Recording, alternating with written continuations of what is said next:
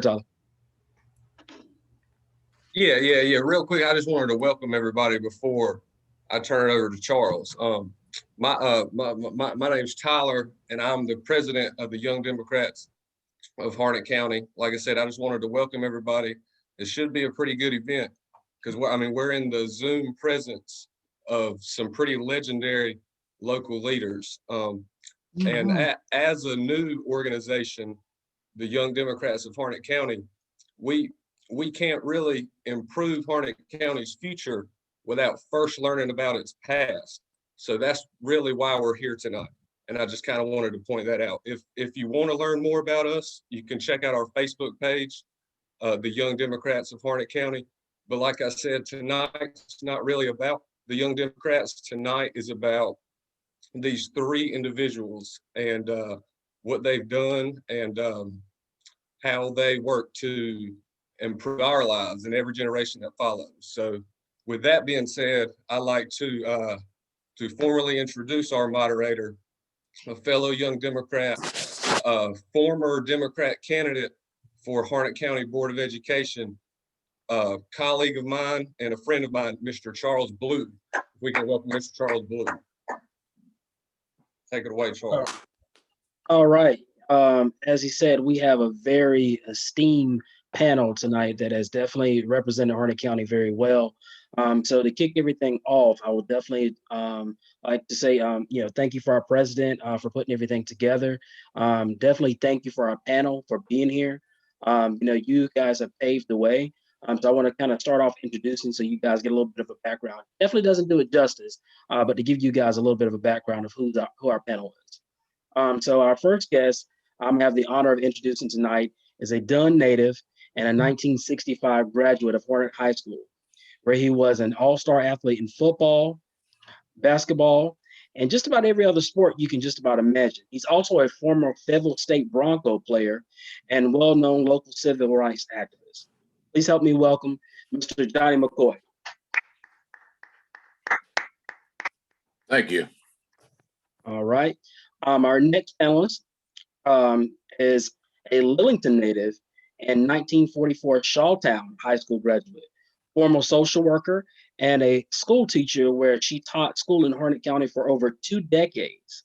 She was the first Black person and first woman to ever be elected as Harnett County Commissioner, where she represented District 1 for 24 years. Young Democrats, give it up for Commissioner Beatrice Hill. Woo-hoo! All right, and our third, definitely not the least, our third guest this evening is another Dunn native, civil rights activist who is a 1969 graduate of Dunn High School. He served 16 years as a city councilman representing District 2 and famously filed the civil suit in the U.S. District Court against the city of Dunn, resulting in Dunn's Black voters getting their representation they deserved in the fair 1987 municipal election. Help me welcome Councilman Carnell Robinson. All right now. All right, so that's just a little bit of a background for you guys. I mean, there's so much more detail that I can definitely go into that does not give it justice. But our panel here is definitely going to be able to provide us with some great insight of how they broke some of the ground for us and to help lead us as young Democrats here in Harnett County going forward to improve our county, and not just our county, but everywhere we can spread the word of improving our nation. So let me start by, I think to kind of get a little bit from the panel, let me start by asking, what was it like growing up in Harnett County? I'm going to direct at the first question, I'm going to direct it to Mr. Carnell Robinson. Give me a little bit of a background in detail, what it was like. And that's going from left to right for the way I'm viewing it. Mr. Carnell Robinson, could you give us a little brief what it was like growing up? What led you to start breaking the grounds that you were doing?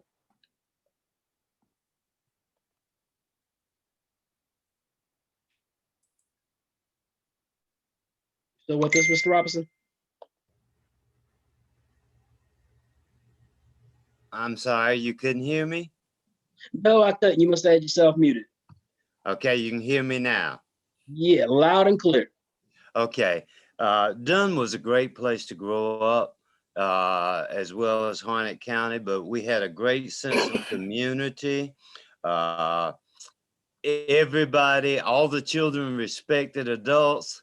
Every adult could correct you on the street, call your mama and get you whooped again. It was super. We had a really, really good community. The churches were a pillar of the community. They had programs for the children. They had scouting. They had vacation Bible school and other special programs. But I guess the super thing about it was we had a school. Right. We had Haunted High School, and the teachers lived in the community. Uh, hey, we saw them at school, we saw them at church, and they were a big part of the Black church. Those people who taught in the schools were in the church, in the community. It was a great place to be. Now, we had all of that was within the Black community. Outside of the Black community, we had a lot of white only establishments. We had segregated water fountains, but we all had different relationships with the white community based on our families, what our family associations were. Uh, One of the things for me that was probably different is I grew up Catholic. I was always in a white church. Sunday school was in a white church. And there were times that we even saw racism in the church. I can remember uh, when my sister and I were supposed to do our first communion. We were told the Sunday before that we couldn't be with our class because my sister had gone to the bathroom. Well, I didn't go to the bathroom. But anyway, we ended up doing First Communion by ourselves in the church. I mean, it was doing a regular mass and all, but there were different places you saw the racism. And probably the most devastating thing to the Black community was the integration of schools. I'll let John or some Miss Hill join me on that one. You're correct on that. Go ahead and take off, Johnny. Go ahead. Let's hear you, and then we'll follow up, Ms. Hill. Go ahead, follow up with that. Okay. As he said, we had a pretty good community, and one thing about Dunn, it was such a small place that everybody knew one another. In 1963, excuse me, in 1963, I left Dunn and went to New York City and seeked employment. And during that time in New York City, you had to have a permit to get a job if you were like 16 years old. And I was 16. So I got a job, and I had been working for several weeks. And at night when I would go to bed, something would wake me up and was telling me to go home. And I didn't know what it was, but I know every night that I would go to sleep, what it was a spirit. It was the Holy Spirit would wake me up, tell me to go home. And so I told my brother-in-law and my sister what was going on. And they told me that maybe you're just imagining this. They were trying to do everything they could to keep me from coming back down to Dunn. So I was determined that I was coming back home no matter what. So I quit my job, caught the bus, came back to Dunn. The day after I got back in Dunn, I heard that they were having a civil rights meeting over at St. John Baptist Church.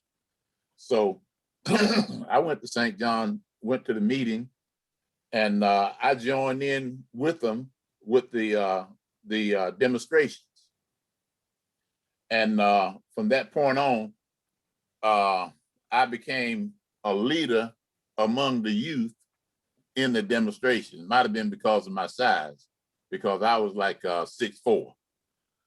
And everywhere that we would go, we would run into different situations, and I would lead the pack.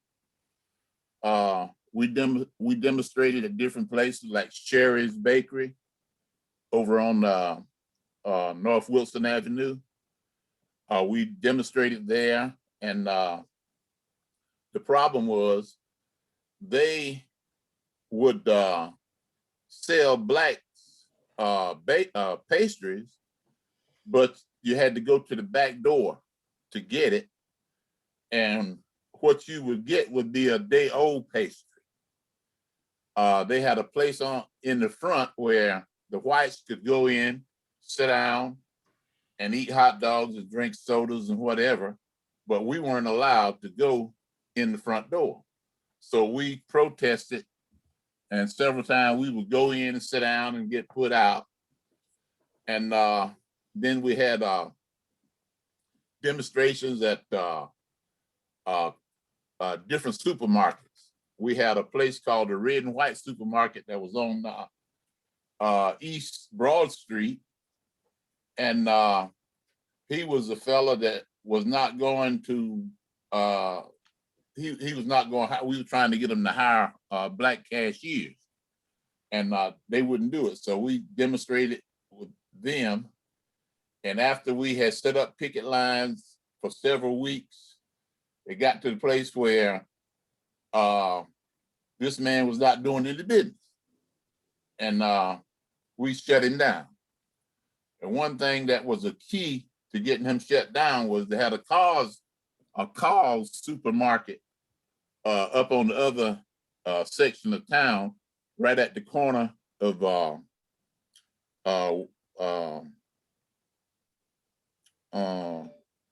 Broad Street and Magnolia, was Carl's supermarket. When we went in to negotiate with Carl about what we wanted done, Carl immediately hired 2 black butchers, Mr.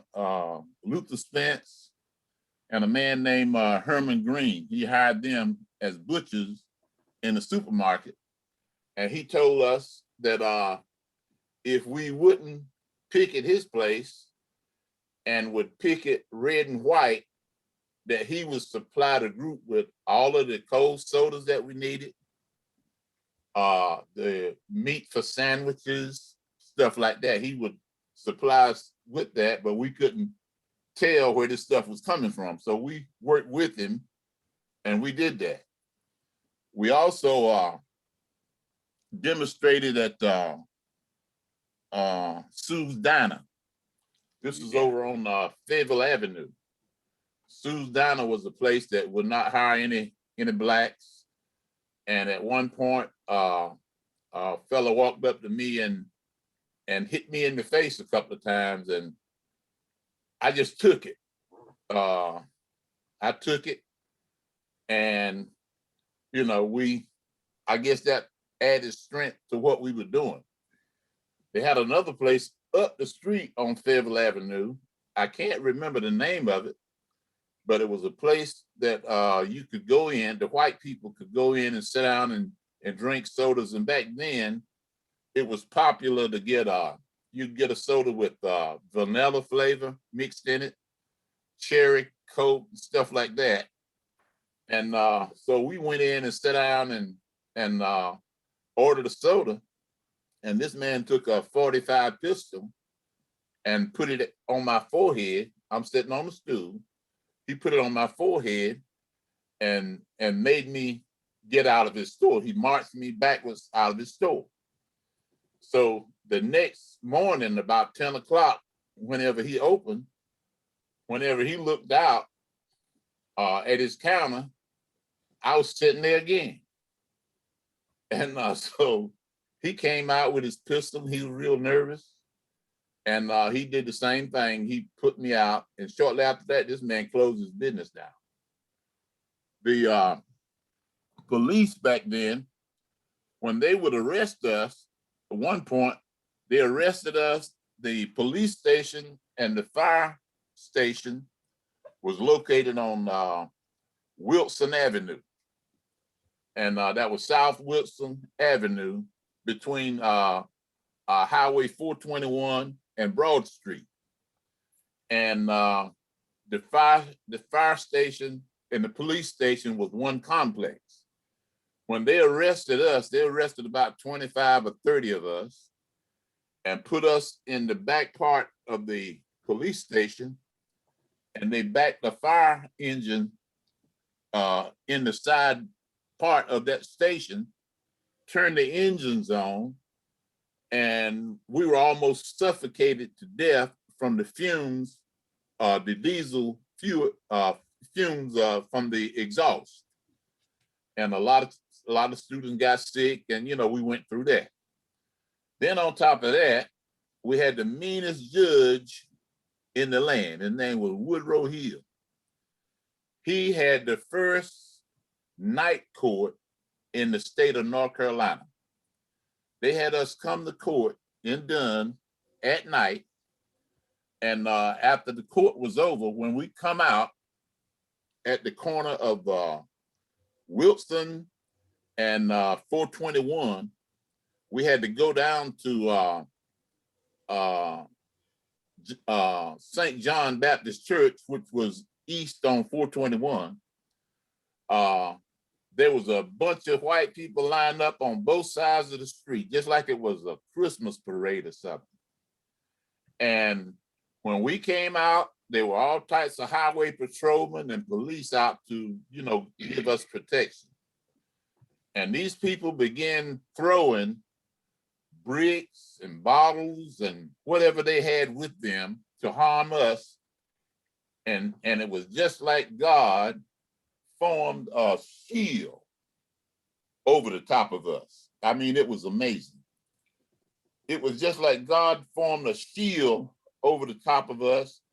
Not one of us got hurt. All of the bricks and bottles and stuff would go from one side of the street to the other side of the street, and they were knocking themselves out. And we went through stuff like that.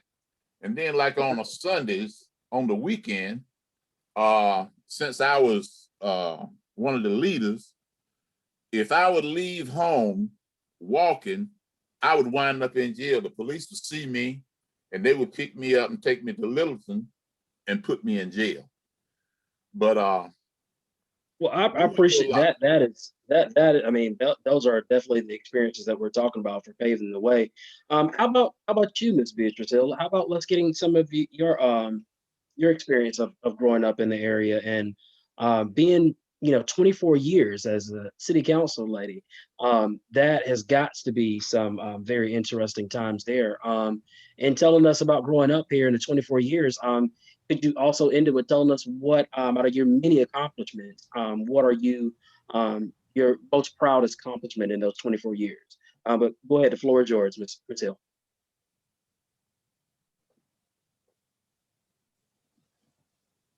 Can you hear me, Ms. Hill? Yes, I can hear you now. Okay. Go ahead. No, so did you hear what I was asking? All right. Okay. Yes, I grew up in Harnett County. And for me, and growing up with 7 boys, of course, it was a kind of enjoyable life to a certain extent. But when we went to school, of course, we had to walk. And I had to walk about a mile, of course, to school, taking shortcuts and whatnot, across the field, through the cemetery and whatnot, to get to Shawtown School, where I started my early years, as well as finishing Shawtown there. But my father always kept magazines or books, really books and newspapers in our home, because he was a fairly educated man. He had spent a short time at a Tuskegee Institute. And growing up on his farms, of course, we all had to work. often think of times when he would hire people to work on the farm. And of course, in hiring these people to work on the farm, some of them were Caucasian.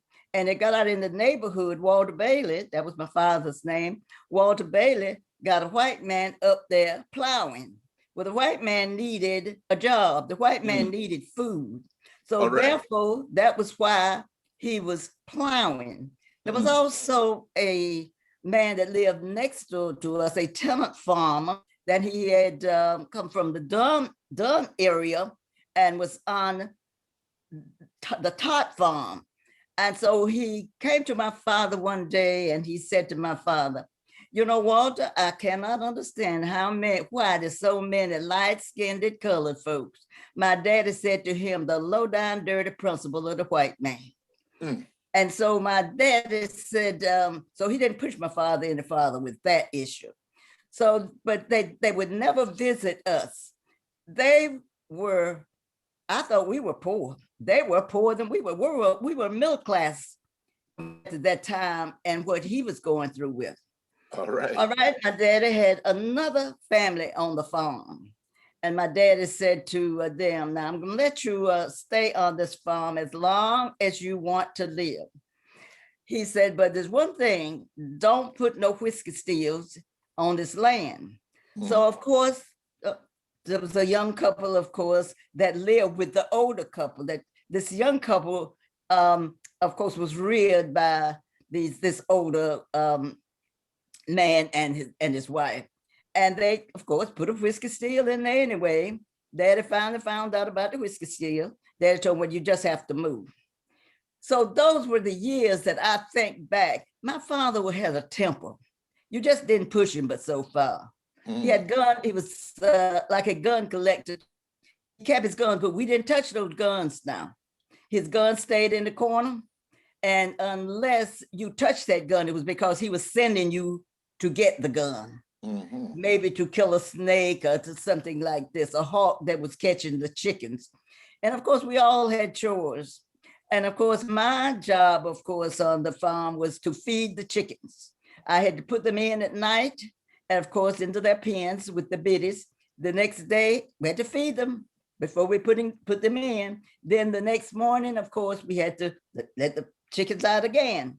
And of course, feed them again. So in growing up, you know, I always thought about the fact that my father voted too, but he had to read the whole Declaration of Independence and everything therein, but he could read.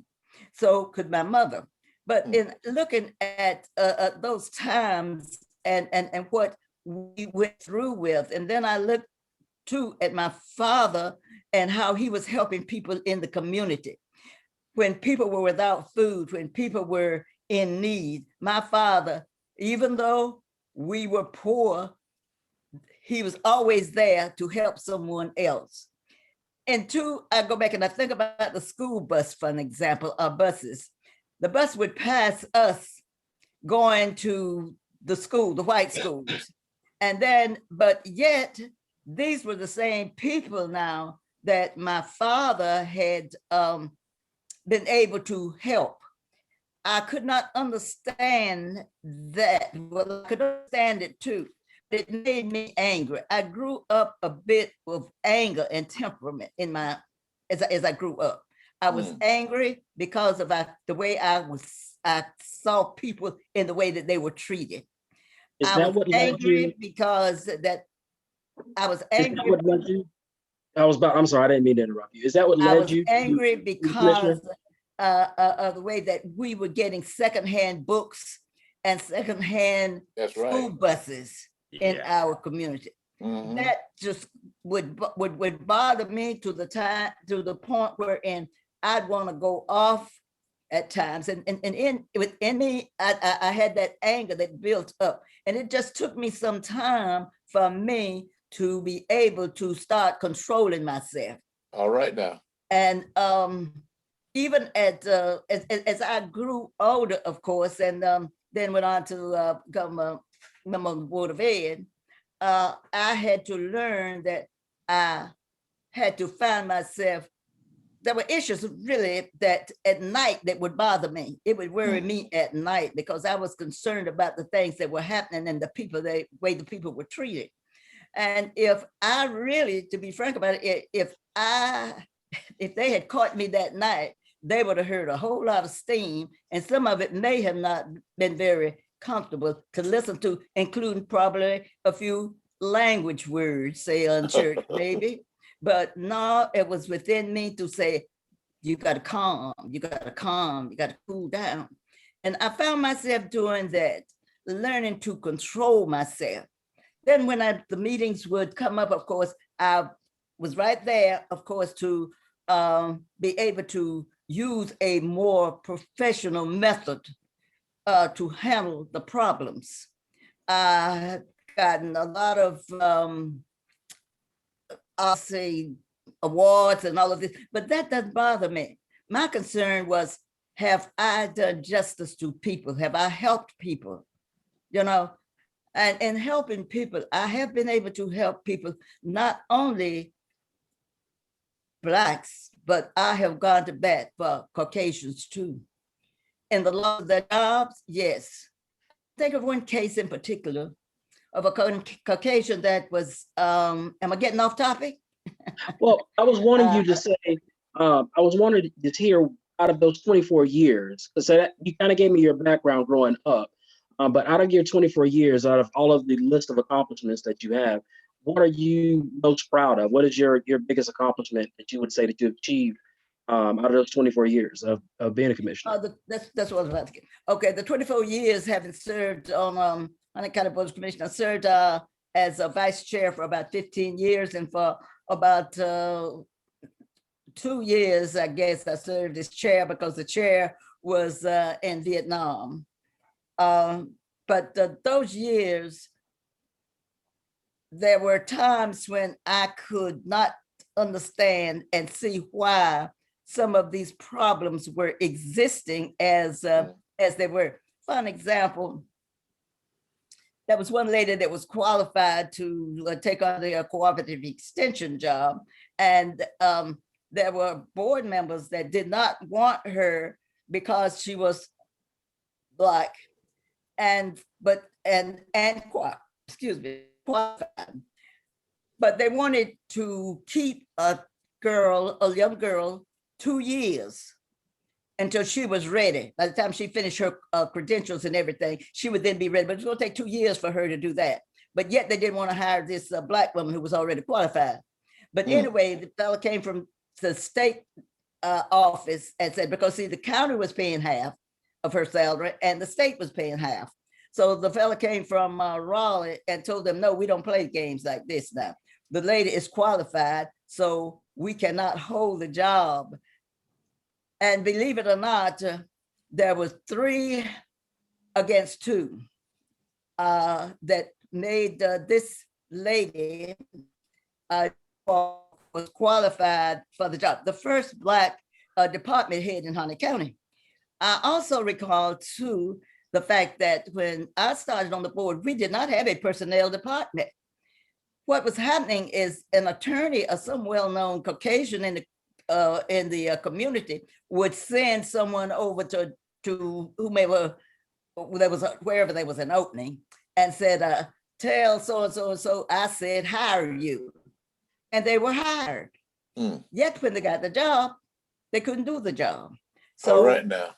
That was, and the thing that bothered me was the fact that at that time, see, there was only one Republican on the board, all Democrats. That Republican, along with one Democrat and of course me, was able to get this lady on that job, which was 3-2, as you know.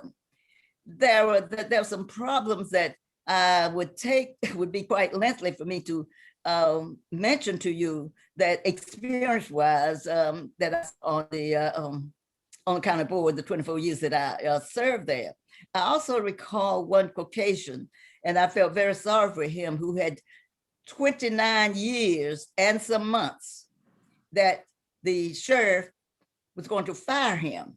Why was he going to fire him? Because he felt that you didn't vote for me whenever I ran for the sheriff. You didn't vote for me. All So right. I told the county manager, I said, we are going to work, even if this fella doesn't do anything but clean bathrooms and pick up paper. He's going to get those 3 months or 4 months needed to finish out his 30 years.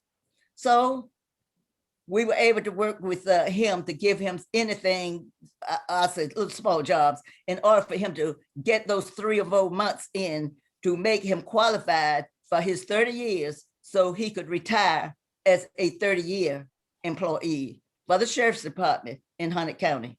Mm. I also have looked at issues wherein I was talking with, this is, and on, you know, as county commissioner, you serve all these other little boards too, you know. There has to be a board member on the little board. Okay. I also recall a case that the chairman did not want me to sit beside a Republican. Why? Because this was the first Republican that had come on the County Board of Commissioners in 28 years. So he was going to separate me from because we got along good on the board. We worked together and he was able to understand the issues and that we were able to work with. So he said, he had told someone, I'm going to change the seating arrangement. I'm going to send Hill down on the other end, and I'm going to put a Democrat up here on this. So I got in the news. So I arrived early that evening board meeting to get my seat, take my seat as per usual. And he says, your seat is down there. I said, you're trying to put a Rosa Parks on me, huh? I said, but the point is, what happened, I went down and got a chair. No one would even help me pull this chair. I got that chair up and I put it right in the spot where I was supposed to be. And then there was, which meant there were 3 of us on one side and there wasn't but one down there on the other side. So you can imagine how it looked. So then when we started voting, instead of show of hands, I'd say yay or nay. I wouldn't even vote with the show of hands. See, he tried to pull that for about 2 or 3 meetings. So someone told him that you may as well just go on and send Joe Biden on back down on that other end because Hill's not going to move, you know. So I said, well, this seat was voted, and this is my seat, and it was the first one on the end, which was District 1. I occupied that seat. I did not move. And whenever I came off on the 24 years, I was still at that same seat, number 1, at the beginning of the 5 members of the board members. There are also times too that people try to push other people around. And at that time, of course, educationally speaking, my background far exceeded any of them on the County Board of Commissioners at that time. We had some that were college graduates and but I happened to have a master's when I went on there, having experience in social work and having a bit of political background, having lived in Chicago for a number of years. I got a little experience there. There are times too that I noticed that they had one lady that very, very experienced in the field of social work, that they were needing they were trying to wait for someone to on the social service board. It needed someone to apply for the job. Of course, they finally found one, but they were going to use this Black girl to fill in, to do the work until they could find. They wouldn't hire her. So since they wouldn't hire her, she had to work until they could find someone. And when they found this person, believe it or not, he had to depend on the Black woman, the Black lady there, to do the work. So I said, well, okay, since you since you want her to do the work, now you pay her more salary. You pay her higher salary because she has done all this work. Plus the fact you're still applying, you're still depending on her. the other board member said, oh yeah, we can do it. I said, then pay her $4,000 or $5,000 then above her salary for her to be able to continue to have to work here, because she can find a job vacation, though she can find a job someplace else, no problem. Yeah, but they really rather give her an extra $4,000 or $5,000 than to really give her the job as a department head. There are times, I guess that's enough of it. Oh, I mean, out of all that, what I didn't hear you pinpoint just one thing that you would say, which is your most proudest accomplishment. She can't do it. Can't do it. Can't do it. Can't do it. This lady has did so much, man. It's impossible. I can speak on her We'll back. leave it. We'll leave it there. We'll leave it right there. So one thing I would like to come back to you, Mr. Robinson. I'll let you definitely get into it. Kind of going along with the demonstrations. But if you could, I'm sure that we're all very interested in, the lawsuit actually leading to yourself and Mr. Dafford becoming the first councilman's here. So we'll just, if you can lead to that, or if you can go along with some of the demonstrations, I think we're all interested to hear that as well. Okay, I think what the ideal place is to start with that is to pick up on what Johnny McCoy was saying. He was truly a hero doing the demonstrations. And I happened to be at Sue's restaurant the day that the young man hit him, and he just stood there. We were already friends. We were in scouting together. But I think that day he became a real hero for me, because we had been taught during that period that we were nonviolent. No matter what happened to us, we had to just take it. And doing the demonstrations, and to watch him do that when somebody walked up and hit him, that was awesome. But the other thing about it is, during that period of time, I was 62, and in 63, we attended the March on Washington. Right. I can remember sitting beside that pool and hearing Martin Luther King deliver the I Have a Dream speech that changed my life, that changed the whole focus of my life. I was totally committed to the movement and totally involved in the community.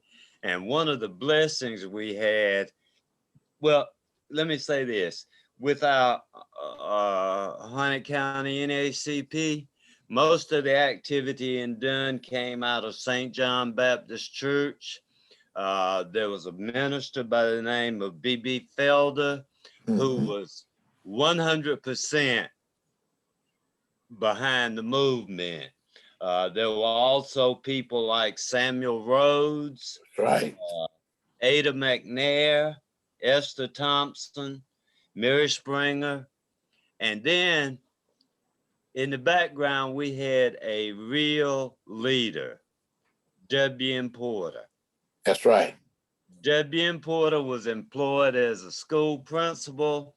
And I think after the schools were integrated, they let Mr. Porter go. And that was the best thing to happen to Black Harnett County, because Mr. Porter was the brain behind all of the progress. Mr. Porter was the man who organized the group. Well, I think maybe around in about 76, we all started dealing with the North Carolina Black Leadership Caucus. We would meet in Raleigh, and from that, we learned things that would help in Harnett County. Coincidentally, some years later, I served as chair of the North Carolina Black Leadership Caucus for 2 terms.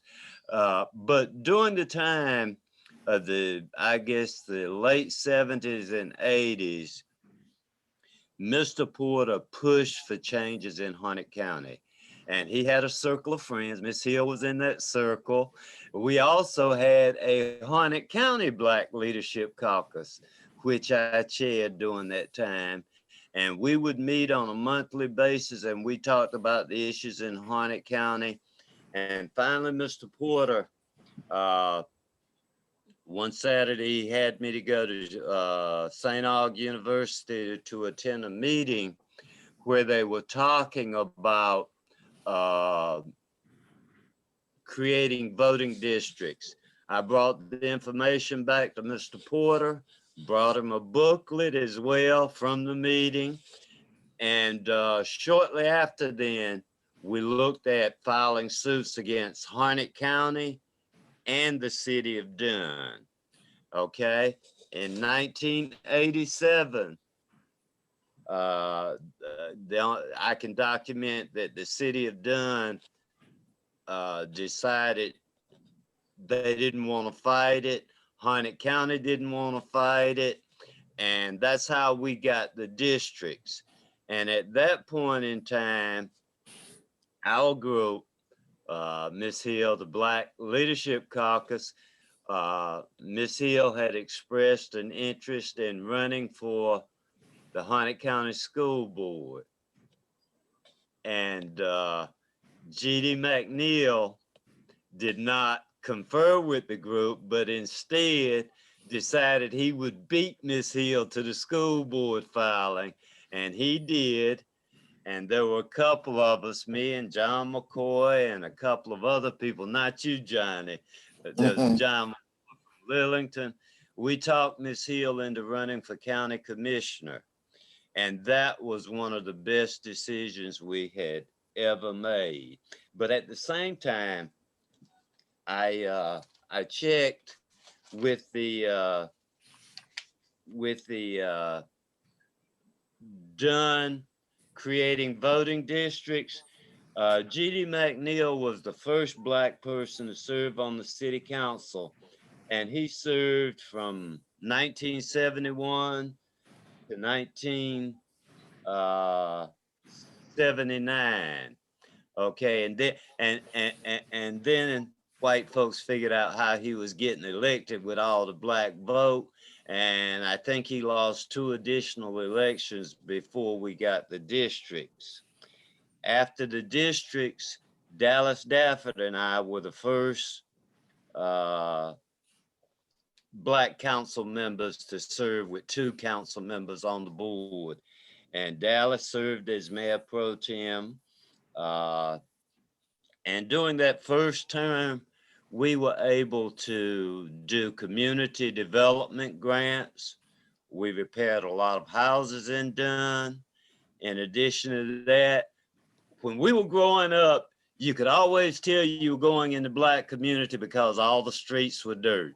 That's right. Mud.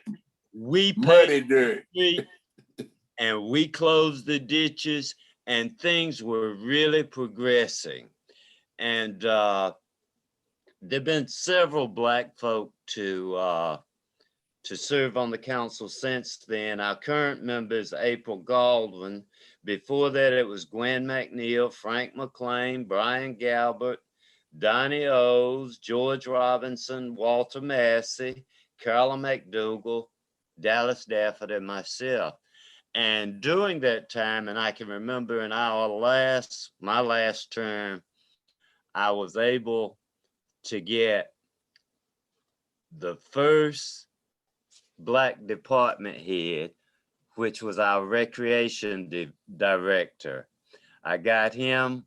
It was a battle because he was recommended by the former director, and it went on for months with me calling for executive sessions.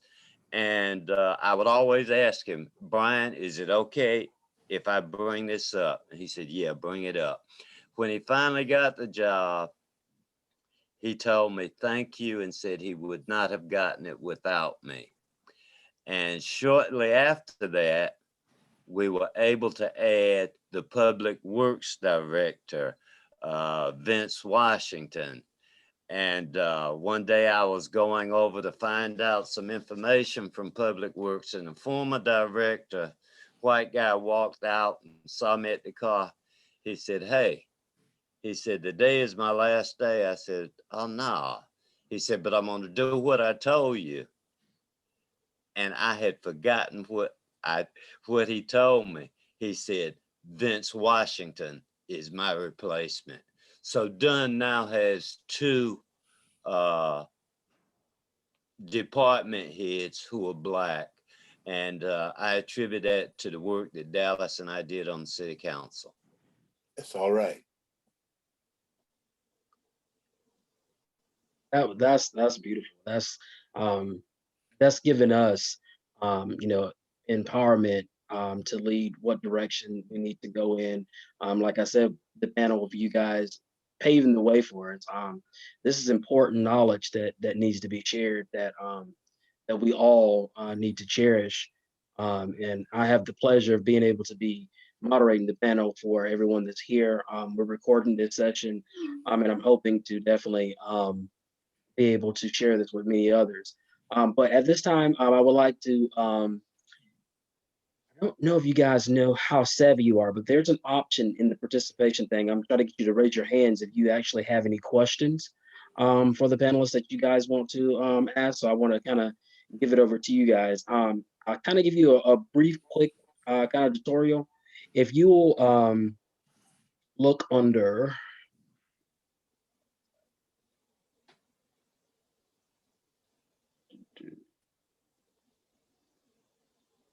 should be a little blue box, I think next to your name. And that should open up the chat. And there's a list of chat in there. And you should see a few different people talking in there. The last one in there is Dr. John L. Goblin. If you will just type in your question, or if you will, if you want to put in, let's say, H for hand raise, I will try to go to you and call you out to ask a question of the panelists.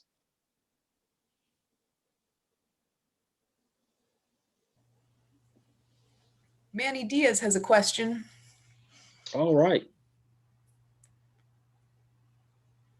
Good evening, everyone. Thank you so much for hosting this event. It's been a fantastic conversation, and I appreciate the panelists for doing a lot of great work in Harnett County. But I always like to pick the brain of organizers and activists that came before me.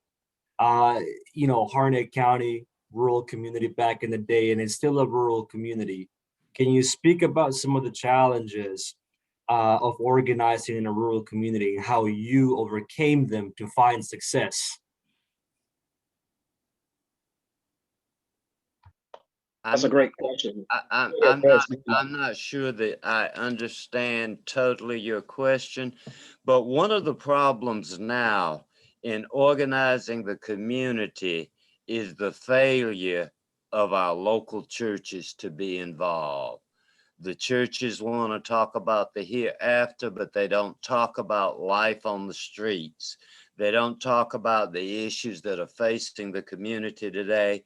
And we really need the faith-based community to help us reach across the county. For that, Mr. Robinson. How about you, Mr. McGuay? What is your feedback on that?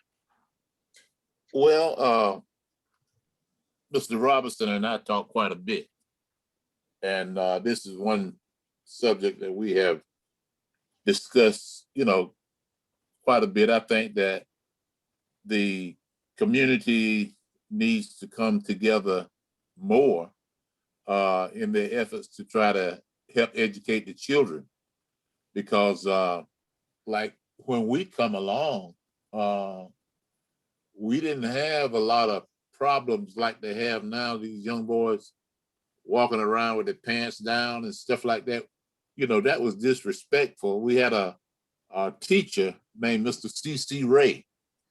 He was the person that organized the Cub Scouts and the Boy Scouts in our community.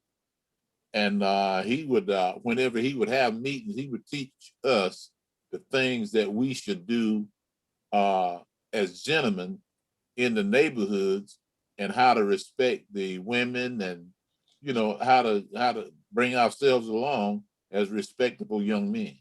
And I think that if we could get that going again, man, this would alleviate a whole lot of problems. Plus, I've always said that if they would reactivate the draft, When a young man gets out of school and he's not going to college, he's not doing anything, rather than give him the freedom to let him roam the streets and get in a lot of trouble, put him in the military and teach him the value of a dollar and how to become a man, and we would have a whole lot better living conditions in our neighborhoods. Thank you. You as well, Ms. Hill? Would you like us to repeat the question? Well, I feel that young people today have just about lost interest, not only in the community, many of them have lost interest in politics and things that they really need at this time to be more concerned about. I also think in terms of the fact we have a lot of talent in Harnett County. And if some of these young people would, young men could take some of these young people that have this talent and try to develop it, then it will probably lead more to other things that would be of help to the community. Not only to the community, it would also help the older people now that have gone through some of these things. It will help them to kind of update the older people and bring them into view of some of the things that need to be taken care of.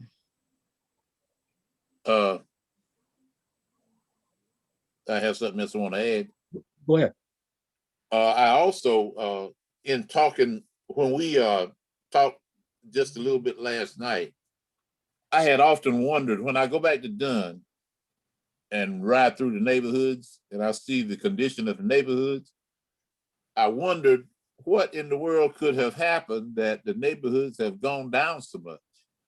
And last night, a young lady was saying that the income in the Harnett County area, the percentage of income, the blacks is $20,000 less than the whites, and the Hispanics, I think she said $14,000 less than the blacks. Median income is for our Black residents is $21,000 less than white residents, and yeah, $14,000 for Hispanic residents. Right. Yep. And that sort of answered the question that had been lingering in my mind for quite a few years when I go back home. Now I love my hometown, and I love to go back, but it's got so that it's sort of depressing to go back and see the neighborhoods like they are. But then I learned last night that one of the reasons is that you got to have money to try to keep up with the changes of time. And evidently these people did not have sufficient income to keep up with the changes of time. And that would attribute to the fact of the way that the neighborhoods have gone down. I think that the county commissioners in Harnett County need to start concentrating on getting some jobs. When we come along, Irwin Mill was a major contributor to jobs.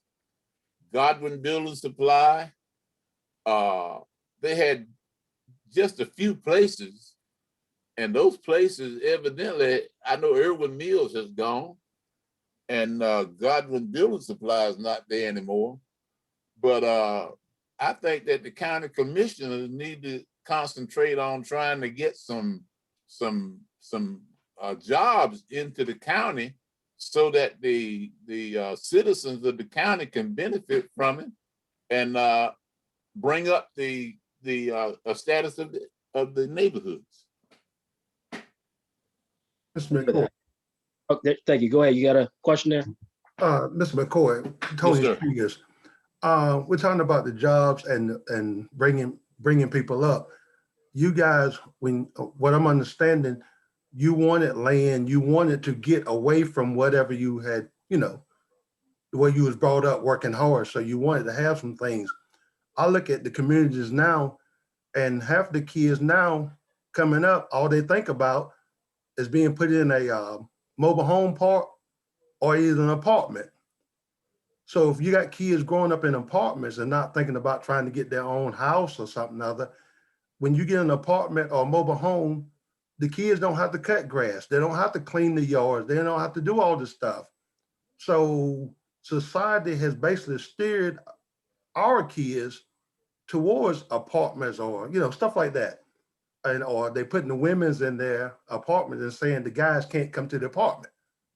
So that's going to make these guys run from house to house and, well, I can't stay here, girl, because they're going to put you and the children out. So it's best you stay here and I'll do this. So they ain't trying to work. And I tell people all the time, I'm the new white man. So what are you talking about, boy?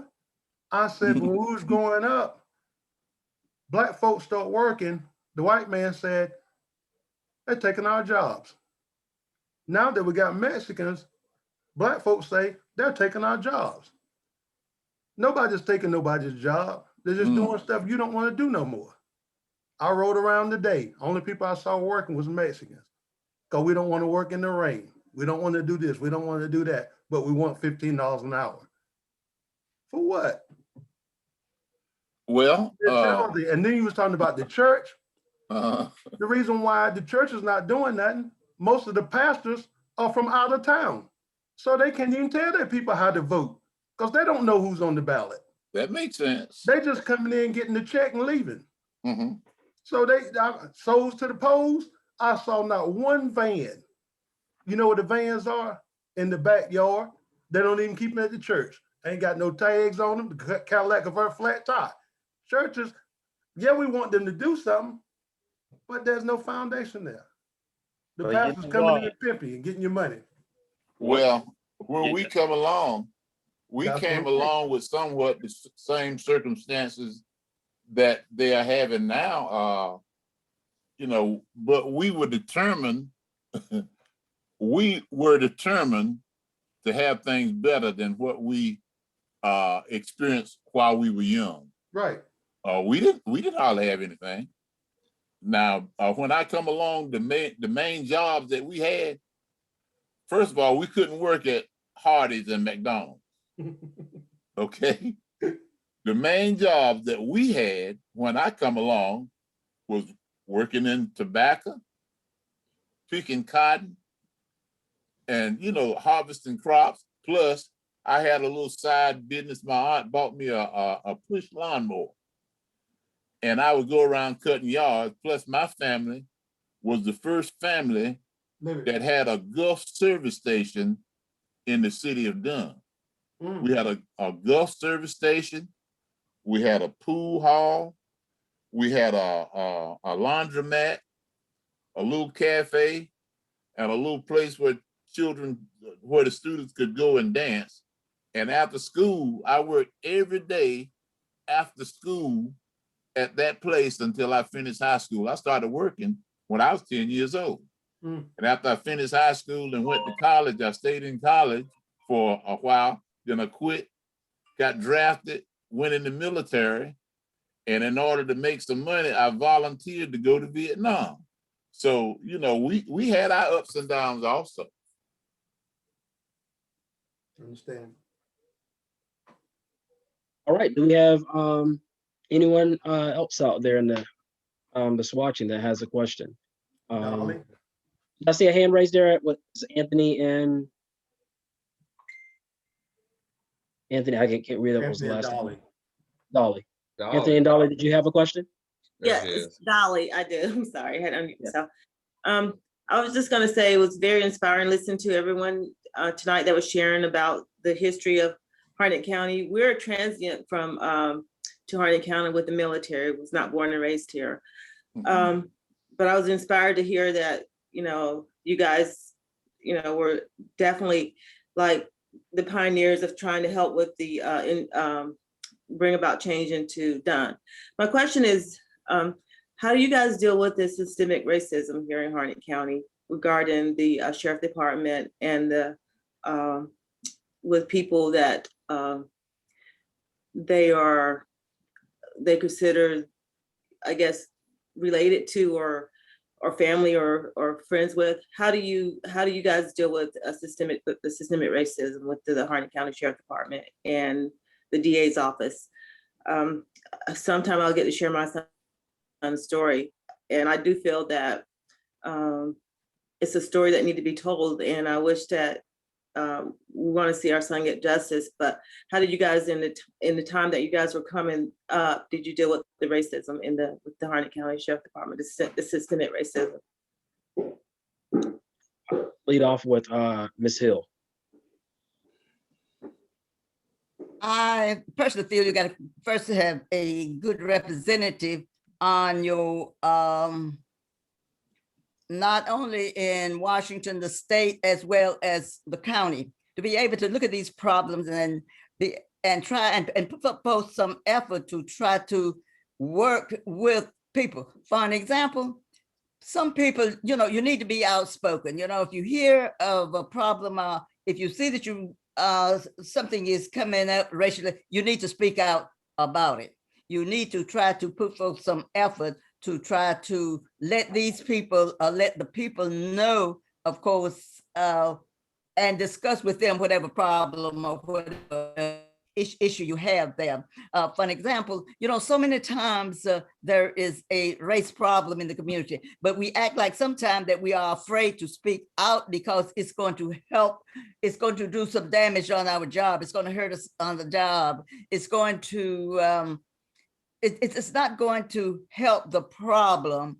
But I feel that people will push you as far as you let them.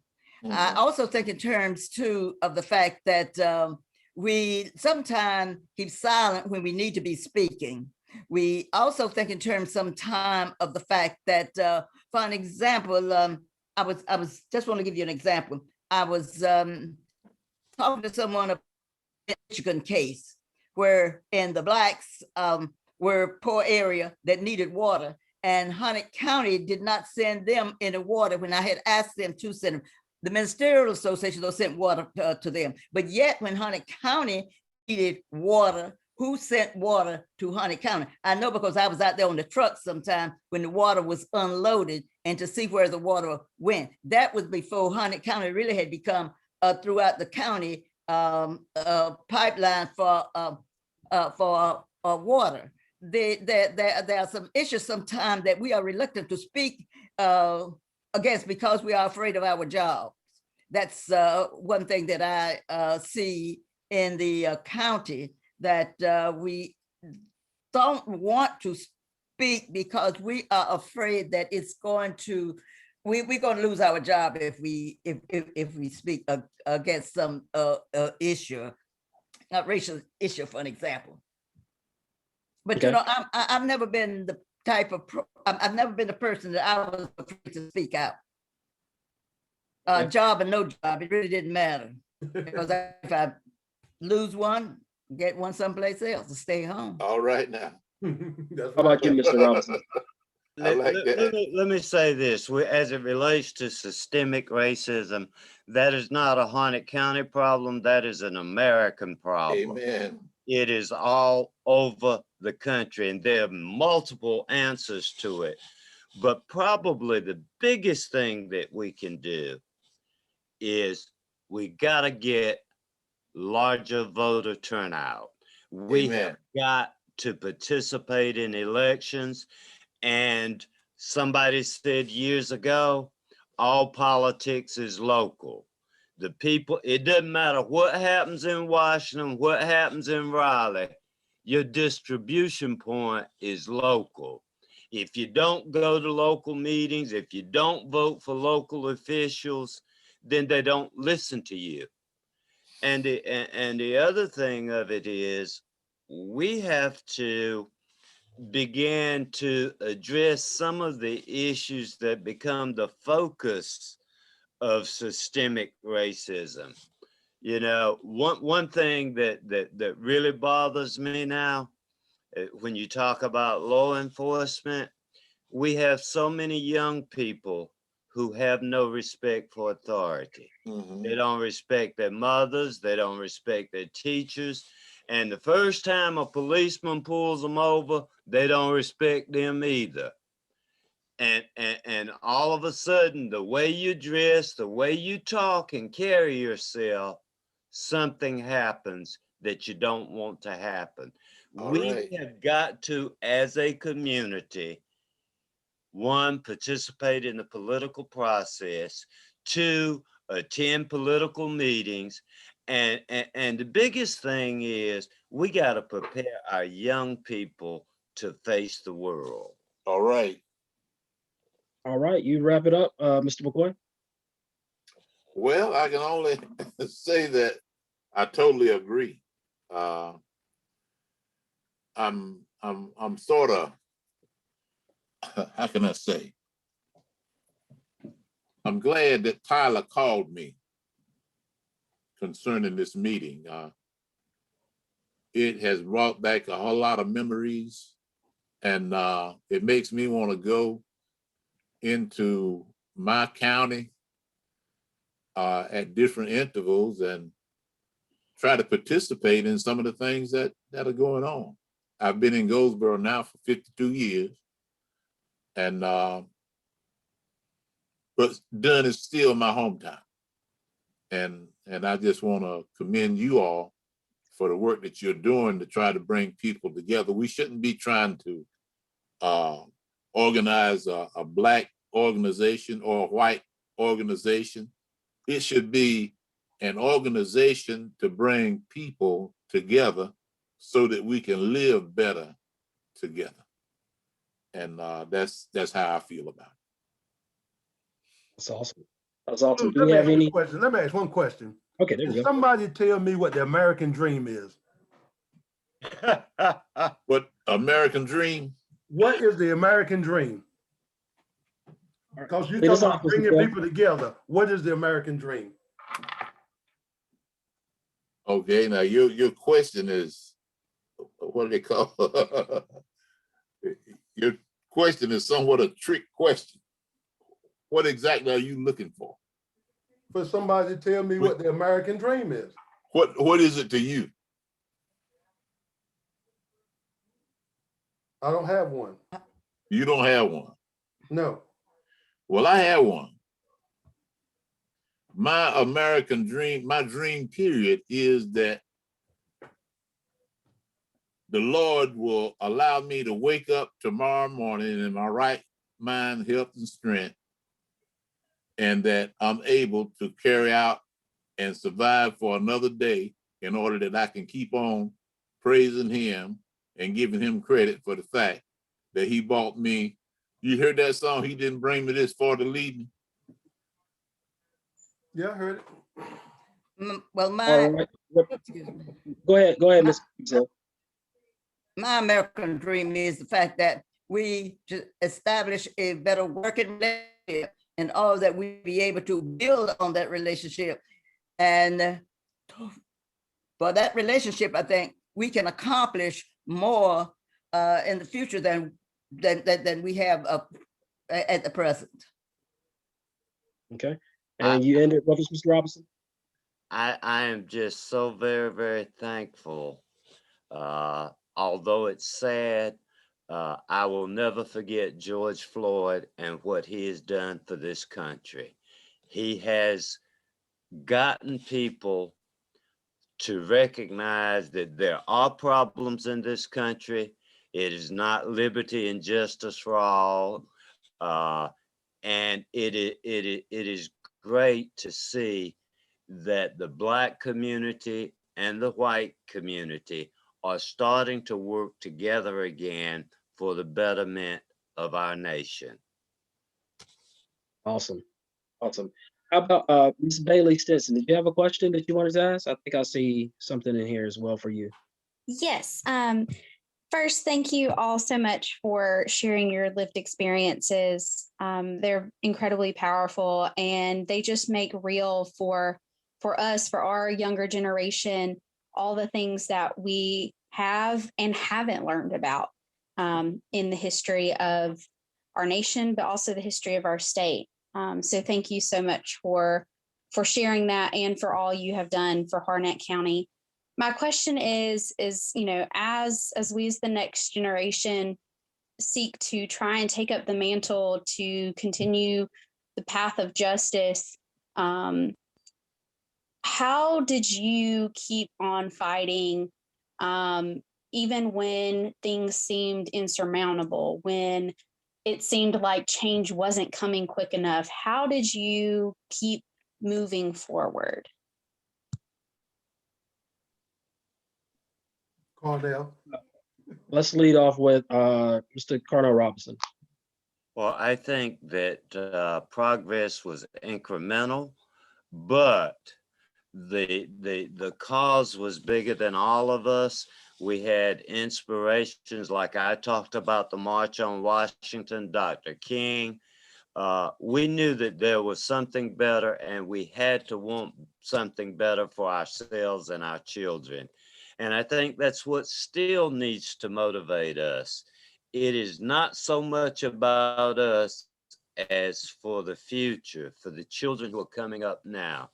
We got to create a better world for them. Mr. McCoy? Well, I think that as Mr. Robinson said, when we went to March on Washington, that just started another fire in me. And seemed like that light has been burning ever since. I got a chance to see, well, I saw more people at one time than I had ever seen before. And it just showed me that people really want to do better, and we want to be as equal as everybody else. We don't want them to give us anything. James Brown had a song called "I Don't Want You to Give Me Nothing. Just open up the door and I'll get it myself." So, and that's what I've been doing all my life. If I have an opportunity, I'm gonna have something, and that's the way I live every day. How in the Thank you world for that song sound? Huh? You How never about heard you? That that? song sound like James You never Brown. heard that, my man? Man, you No, it's need. always been please, please, please. Oh man, he had a song called "I Don't Want Nobody to Give Me Nothing. Just open up the door, and I'll get it myself." I got new day. I'm gonna Google And that. then he had another one. He had another one. Say it loud. Yeah, I know that one. I'm black and I'm proud. Don't want nobody So to I got a question that came in from Jaquavius, and I think I'll direct it to Ms. Hill. And this would be on advice that you have for folks that want to get involved in politics. You know, I know Mr. Robinson said, well, you need to go out and vote. But this past fall, their 4 county commissioners ran unopposed. So we need to get more. So it's not enough to just tell folks you need to go vote. Like, we need to actually have candidates that we can vote for. And so, and part of that is getting more folks involved, you know, in politics and running. So Ms. Hill, what advice do you have for young folks that do want to run and want to get involved?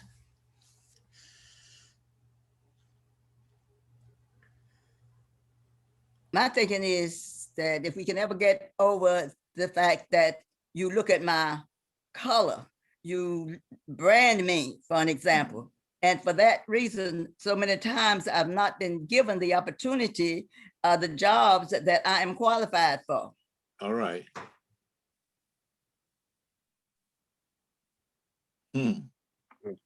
Okay. Would you like to follow up with that, Mr. McCoy?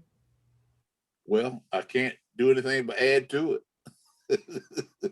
It would be about the same thing. You know, they look at you, and you can't judge a book by looking at the cover. I'll put it that way. You know, you can't tell me what I can do by just looking at me being a black man. You just give me an opportunity, and you might find out that some new things. You know, I might be able to do something better than you can do. All right. Mr. Robinson? I think one of the things we have to begin doing is starting to attend public meetings.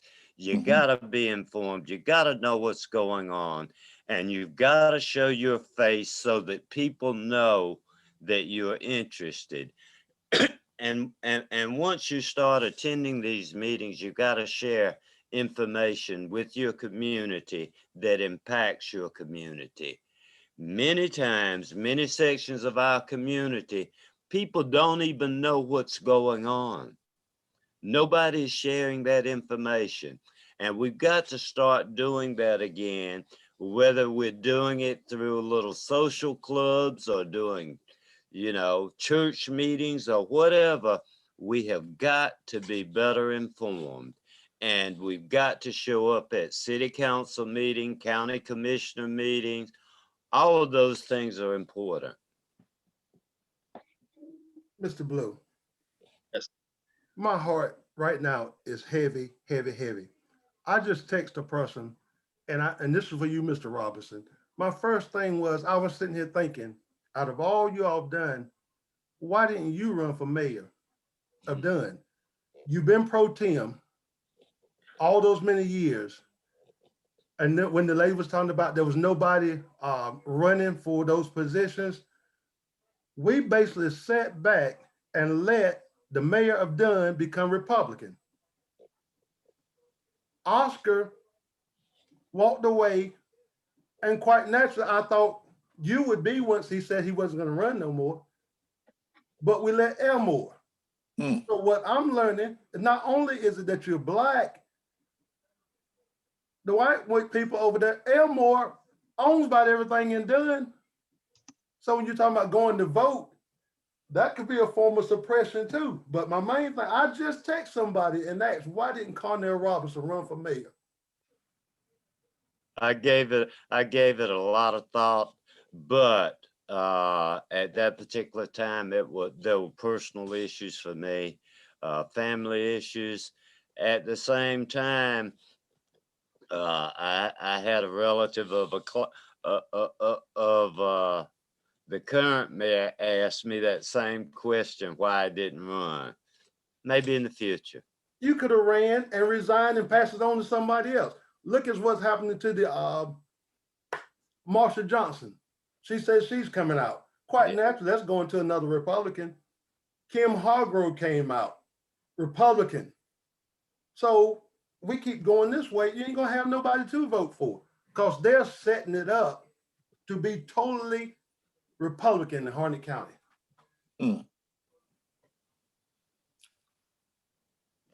I mean, we can take them to the polls, but ain't nobody running. That gives this organization something to strive for. Yeah, you know what? That was actually going to be my next question for all three of y'all. For all three of y'all, is would any of you want to run against Jim Bergen for State Senate Seat 12, or Howard Penny for House Seat 53, or even Congressional District 7? But yeah, I think y'all three, Bo Dafford, some other people we named tonight, I think would be good candidates. That's, so. How about it, Cornell? How about you run for House Seat 53? I think that suits you the best. You should run against Howard Penny. Haven't given that any thought. I think the biggest thing for us to do now, and it may be time for some young people too, but we need to be organized with voter registration, and we need to expose the issues. Yeah. It's getting rough, guys. It's getting rough. Right. And like I said, I'm speaking on part of the Board of Elections, so I see what's going on. We just got people coming in, and I tell people that's why when you start saying Democrat, Republican, unaffiliated, Libertarian, Green Party, Constitution, all those parties, long as you can split them, you can win. And that's what they've done to the party. People say, I've been a hard Democrat. No. You talking Democrat, but you voting the other way. Well, I'm looking at the people. I mean, we can't win. And now y'all talking about putting young folk up. Young folk don't have the experience, don't have the money. So we're going to rely on you all to come back with the money to help get things done. So I see it being rough in the future. Sometimes I look at the fact that excuse me. Go ahead. if we don't start looking at the representatives that we have, that we're going to end up eventually, if it continues at the rate that it's going, we're going to end up with a dictatorship type of government eventually as it's going. And seemingly it's headed in that direction if we don't find a way of being able to turn it around. From even at my age, of course, I've always thought about going back to the Harnett County Board of Commissioners and taking that seat again.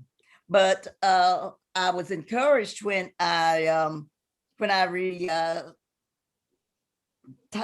at 24 years, and some insisted that I go back. I said, no, let me give somebody else an opportunity, you know, hoping that the younger people would be able to fill some of these positions and be able to do more for the community. But for some reason, they don't seem to show any interest. But if we continue to look at this government, and of course, I've long been around and looked at not only this, the way the government has gone so far, that we are definitely headed for a dictatorship if you don't turn it around. Exactly. Absolutely. Let's make sure I don't want to miss anyone's questions out there. So I'm scanning everything to make sure I'm not missing someone with a random question out there. So please, if you have a question that I'm overlooking, please in the chat option. And again, if you don't know where the chat option is, if you'll look above your square, however you're looking at it in the Zoom, there's a blue box with 3 dots. You go there and click it. It'll drop down into the chat. Once you hit the chat box, then you should see where everyone has been commenting at. If you have anything that you would like to ask, give me Anthony. Well, I do actually think that we need to start thinking about wrapping up. It's been just about 2 hours, but you know, just to make folks aware that there are still very much issues, and I know that Young Democrats are working on getting out the issues in Harnett County, and so is Breathe Harnett. You can go to Breathe Harnett's page. We have a survey pinned to the very top of the Breathe Harnett Facebook page, and so we are actually surveying community members on their experiences and perceptions of racism and inequalities in the county. So far, we've already had just about 130 people complete it, and just about 80% of the respondents, and these are not just Black folks completing it, I think it's like 40% white, about 40% Black right now, and 80% of the respondents feel like our elected officials need to do more to combat racism and racial disparities in the county. You know, talking about the differences in income, that is just one. In Harnett County, over the past, several years, Black infants have steadily died at 2 times the rate of white infants in the county. We know in North Carolina that Black women are 2 to 3 times more likely to die in childbirth than white women. There's also a lot of disparities in the schools. And so because of consistent pressure, the Harnett County commissioners actually put it on their work session agenda today to look at establishing a racial equity commission to look at racial disparities in the county. The Harnett County School Board just voted to establish a diversity and equity committee comprised of school board members and other and principals. So there are a lot of issues, but it's, so basically I think it's just a different time, but the same problems, and also different way. And we have to think about it a lot differently too. But also be really creative in how we approach it. So that's what I have to say about that. But thank you so much to all of you for joining. And so I will pass back to Charles to officially send us off. All right. Sounds great. So again, everyone that's attending, we'd like to thank you for attending. Definitely our esteemed guest with the panel. You guys have paved the way for us. We cannot thank you enough for what you've done in the past. We cannot thank you enough for coming in and sharing your time with us. We hope to have some of you to continue to help us to lead. I will say as a young person is that one of the issues I think we're facing is that we have to look for you guys for guidance because we are unexperienced. So in doing more of this, more reaching out to you guys and gathering the community is what we hope to accomplish and to change our county and our surrounding local governments. So with that, I'd like to say thank you. If you guys want to close with anything very short, I'm going to try to wrap this up in the next, say, like 60 seconds. If you want to close with something short from each one of you on the panel, and that'll end our night. I just hope that maybe you will use this forum to address some of the issues, and maybe on a monthly basis, let's talk about what's going on in the county. And I don't mean just the people here. I think create a forum so that people can engage and get informed. But thank you for this evening. As well. Mr. McCoy? Well, like I said before, I appreciate you all inviting me, and I have thoroughly enjoyed working with you all. And anything that I could do, just tell Mr. Robinson, and he'll get in touch with me, or either tell Tyler. And I'd be more than glad to come out. And in fact, I'd like to meet some of you people other than on this screen. So you all are doing a good job. Keep up the good work. All right, thank you.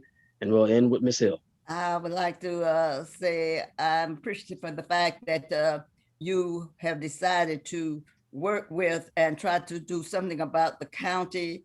And as you work with the county, of course, it spreads out in with other counties as well as the nation. I would like to also say that I am grateful and thankful for the fact that you are headed in the right direction. Hopefully that we will be able to accomplish a lot as you continue the work that you're doing. If there's any way that I can help, I would be more than to put my 2 cents worth in. Thank you. All right. And with that, we're going to go ahead and end the night. Everyone, again, thank you for attending. And we look forward to doing more events and working in the community together.